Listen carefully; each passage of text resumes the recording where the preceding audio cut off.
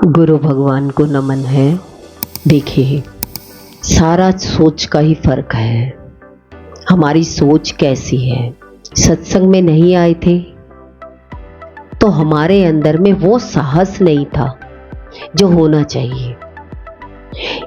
सबसे पहले जब हम अध्यात्म की तरफ चलते हैं तो साहस होना चाहिए, डर नहीं होना चाहिए। कहते हैं ना कि जब हम सत्संग में चले तो हमें ये लगता है कि आसपास वाले लोग भी मेरे साथ चले, पर अच्छा चुनाव किया है अच्छी तरफ जाने के लिए तो हमें किसी की साथ की ज़रूरत नहीं है। अपना साहस होना चाहिए। हम सोचते हैं कि भी घर में कोई लाइक नहीं करता सत्संग को, या कोई कार्य आ गया है, तो गुरु हमें कहते हैं सबसे बड़ा काम मनुष्य जीवन का सत्संग में जाना है, ज्ञान को प्राप्त करना है। उसके लिए आपके अंदर में साहस होना चाहिए। साहस होगा तो आप निकल पाएंगे, और साहस नहीं होगा तो आप क्या कहेंगे, ये पसंद नहीं करते। पर हमें अपने आप में साहस रख करके भगवान की तरफ निकलना है, ज्ञान की तरफ निकलना है।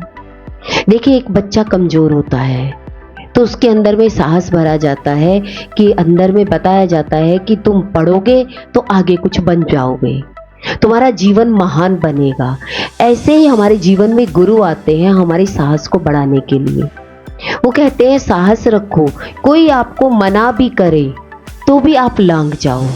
अच्छे काम के लिए आप नो भी कर सकते हो कि मुझे जाना है। सत्संग मेरे लिए पहला है, ज्ञान मेरे लिए पहला है। ज्ञान जीवन में होगा तो हमें बहुत सारे लोग जीवन में मिलेंगे जिससे कि हमें हराने वाले भी मिलेंगे। साहस होगा, ज्ञान होगा तो हम हार नहीं पाएंगे, जीत के आगे बढ़ जाएंगे। तो सत्संग से क्या मिलता है हमें? साहस मिलता है कि वीकनेस नहीं आती। अगर वीकनेस महसूस करते हो तो कहते निरंतर सत्संग में लगो, निरंतर गुरु का ज्ञान सुनो, रोज गुरु की वाणी निकालकर पढ़ो कि गुरु हमें क्या समझा रहे हैं, कि अपने बारे में हमेशा अच्छा सोचो। और अच्छे में अच्छा है ज्ञान। ज्ञान जीवन में होगा तो आगे आप कुछ भी बात होगी तो आप निकल पाओगे, आप अपनी बात को आगे रख पाओगे। नहीं तो आपके अंदर में क्या आएगा, अरे सामने वाला ऐसा कर रहा है तो मुझे ऐसा लग रहा है शायद मैं नहीं कर पाऊंगा, मैं भगवान को ही छोड़ देता हूँ। देखिए, भगवान कृष्ण हुए, भगवान राम हुए, उन्होंने हमेशा साहस रख के आगे बढ़ते रहे। कितनी परेशानियां राम जी के जीवन में आई, साहस रखा। सीता जी भी एक नारी थी, राजा की लड़की थी, पर साहस रखा अपने पति के साथ जंगल में जाने का। साहस नहीं खोया, कहते झेल लूंगी, पर मुझे जाना किसके साथ है? भगवान के साथ। अपने पति के साथ कैसा भी जीवन है पर पति भगवान है।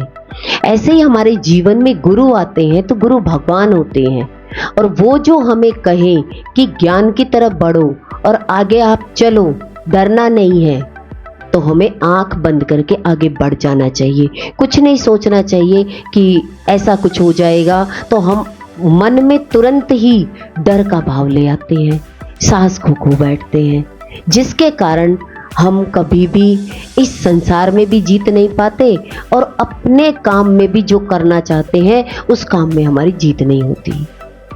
इसलिए कभी भी कामयाबी के लिए अपने अंदर में साहस का होना बहुत जरूरी है। दूसरा है समय निष्ठा, निष्ठा पूर्वक। देखिए, समय आपका जैसे बच्चे का एक स्कूल का समय होता है, तो आप स्कूल में उतने ही बजे भेजोगे जब उसका समय है, आप आगे पीछे नहीं करोगे। ऐसे ही गुरु कहते हैं आपके सत्संग का समय है।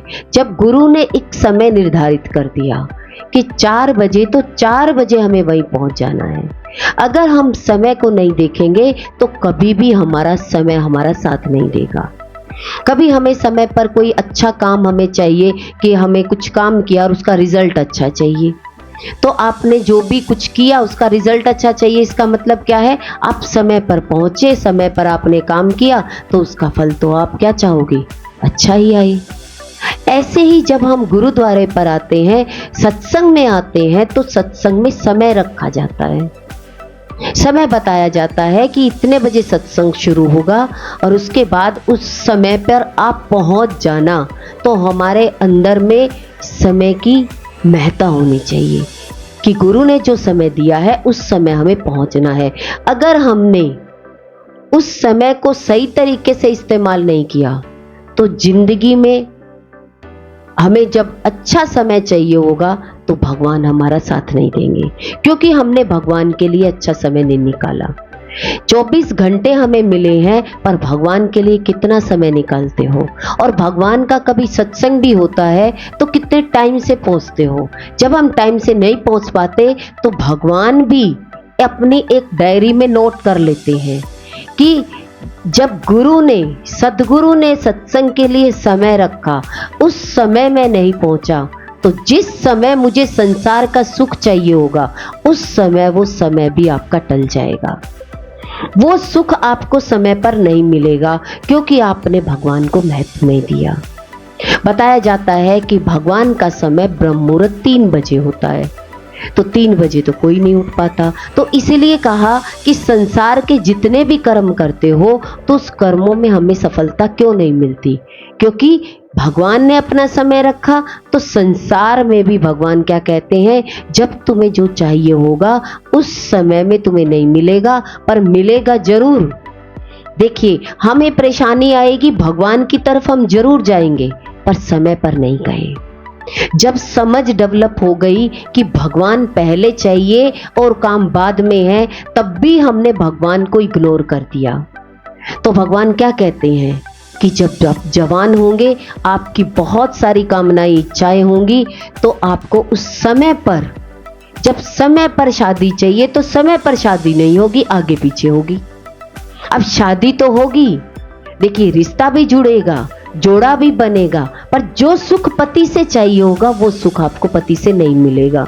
जिस रोड से हम गुजरते हैं वहां गुरुद्वारा भी होता है, पर हम अपने संसार के कार्य क्षेत्र में इतने ज्यादा लिपे पुते होते हैं कि हम भगवान का मंदिर की तरफ हाथ जोड़ने की बजाय नीचे मुख करके आगे निकल जाते हैं, क्योंकि हमने भगवान को महत्व दिया ही नहीं, भगवान के समय को महत्व दिया ही नहीं। क्योंकि समय पर अगर भगवान को याद करेंगे तो भगवान कहेंगे जिस समय तुझे जरूरत होगी उस समय मैं किसी भी मानव चोले में आपके सामने खड़ा हो जाऊंगा।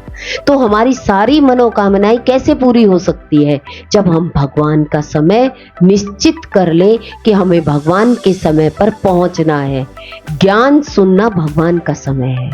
जैसे एक बच्चे को स्कूल में पढ़ाई कराना, विद्या लेने के लिए बच्चे स्कूल में सुबह 7 बजे 8 बजे का टाइम है। जब क्लास शुरू हो जाती है, टीचर क्लास में आ जाते हैं, उसके बाद अगर बच्चे आते रहे तो टीचर कितना पढ़ा पाएगी? टीचर क्या कहेगी, आपका टाइम 8 o'clock पे क्लास में एंट्री करने का था, अब आप बाहर रहिए, मुझे इन बच्चों को पढ़ाने दीजिए। तो टीचर भी आपको बाहर निकाल देगी। तो इसमें भागीदार पेरेंट्स भी होंगे, बच्चा भी होगा, तो इसमें सारे ही भागीदार होंगे। अगर बच्चा कामयाब नहीं हुआ तो माँ बाप भी परेशान हो जाएंगे और जीवन भी अच्छा नहीं होगा। ऐसे ही जीवन में जब गुरु मिलते हैं तो गुरु हमारे सत्संग का समय रखते हैं। वो कहते हैं कि भगवान भी कहते हैं मैंने गुरु को यह दर्जा दे दिया है। वो टीचर बन करके वो आपके सामने आएंगे, वो सत्संग का समय रखेंगे, पर आपको पहला दर्जा उसी को देना होगा कि गुरु ने मुझे ज्ञान देने के लिए बुलाया है, ज्ञान लेने के लिए बुलाया है, तो हमें समय पर पहुंचना है। तो इसका मतलब क्या हुआ? समय निष्ठा। तीसरा है सत्यनिष्ठा। सत्यनिष्ठा किसे कहते हैं? जब हमने साहस लेकर के हम गुरुद्वारे पर पहुंचे, बहुत सारे संसार के कर्म क्षेत्र को छोड़ करके हम बिना डरे गुरु तक पहुंचे, उसके बाद समय पर भी पहुंच गए, और समय पर पहुंचने के बाद सत्यनिष्ठा नहीं रही। आप गुरु के सामने बैठे हैं और झूठ बोल रहे हैं। गुरु ने कहा कि आपके मन में ये विचार नहीं आना चाहिए राग द्वेष का, और आपके अंदर में घर जाते ही विचार पैदा हो जाता है किसी के प्रति। आप सत्य नहीं रहे। अब गुरु के सामने आप कहेंगे, गुरु जी आपकी शुक्राने हैं, आपने जो हमें ज्ञान दिया कि मैं आत्मा हूँ शरीर नहीं, मैंने सत्य निष्ठा के साथ अपने आप को आत्मज्ञानी मान लिया, मैं अपने आप को आत्मा करके देखता हूँ। पर आत्मा तो एक है, तो सबके अंदर में आत्मनिष्ठा का भाव। तो कहा कि एक सत्य बोलना कि विचार गलत आ गए, या आपने कहा 1 घंटा तो मैं चर्चा कर लेती हूँ, बाद में गुरु को कह दूंगी कि मैंने झूठ बोला ही नहीं, मैं गुरु के सामने सच बोल दूंगी। तो कहते ये सत्यनिष्ठा नहीं रही। ये आपको ही मालूम है, आपके मन को मालूम है कि मैं सत्य कितना रहा। गुरु ने मुझे 1 घंटा ज्ञान दिया, और उस ज्ञान को लेकर के बच्चा स्कूल में पढ़ के आया और आ करके वो फार्मूला लगाया ही नहीं, तो बच्चे का समझ नहीं निकला। पर टीचर से बच्चा कहने लगा मैंने 1 घंटा लगाया, मैंने 2 घंटे लगाए, मैं सम्स करता ही रहा, मैंने नोटबुक तो पूरी भर दी पर गलत से भर दी। ऐसे ही जीवन में गुरु का ज्ञान लेकर के जब हम संसार में एंट्री करते हैं तो हम ज्ञान को नहीं लगा पाते। हम क्या कहते हैं, क्या करें संसार ऐसा ही है, हम सच बोल के चलेंगे तो सामने वाला तो हमारा फायदा उठाएगा। नहीं, गुरु कहते हैं ये तेरा काम नहीं है। तेरा काम क्या है? खाली सत्य देखना। गुरु ने कहा सबके अंदर परमात्मा विराजमान है, पर तेरा मन परमात्मा देखेगा, तेरा मन परमात्मा करके भगवत भाव दृष्टि रखेगा कि है भगवान, पर सामने वाला कैसा भी रहे पर मैं उसके जैसा नहीं रहूंगा, मैं सत्यनिष्ठ रहूंगा, मैं अपने आप से झूठ नहीं बोलूंगा, मैं गुरु के सामने झूठ नहीं बोलूंगा। क्योंकि गुरु ने जो मुझे कहा है खान पान में क्या रखना है, गुरु ने कह दिया कि नॉनवेज नहीं खाना तो नहीं खाना, मैं सत्यनिष्ठ रहूं। अगर कह दूं कि मैंने खाना है, मैं छोड़ नहीं सकता, कोई बात नहीं, पर बोलो सत्य। सत्य के सामने कभी झूठ नहीं बोलना चाहिए। कि आपने गुरु से ज्ञान लिया है तो अपने आप को सत्य की तरफ लेकर चले। फिर हमने समय भी दिया, सत्संग में समय भी दिया, और अपने बहुत सारे काम छोड़ करके हम उस कार्य में लगे भी, पर हम झूठ में चले तो हम एक सत्यनिष्ठ नहीं कहलाए। हमें मालूम है कि मैंने झूठ बोला तो इसका नतीजा सही नहीं निकलेगा। आप कहेंगे मेरे को इतने साल हो गए गुरु का सत्संग सुनते सुनते, पर घर जाकर तो मैं बिगड़ा ही रहा, मैं गुरु की आज्ञा में चला ही नहीं। देखिए, गुरु शरीर से कभी साथ नहीं जाएंगे। गुरु ने आपके मन को ज्ञान दिया है, आप ज्ञान को देखिए। बच्चा स्कूल में जो पढ़ के आया है, स्कूल से जो पढ़ के आएगा, वो जो फॉर्मूला टीचर का लगाएगा तो समझ निकल जाएगा।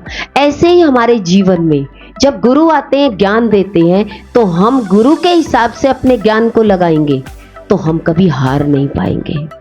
हमारी हमेशा अपने आप में आपको लगेगा कि सही मायने में कम से कम मेरा डर तो खत्म हो गया।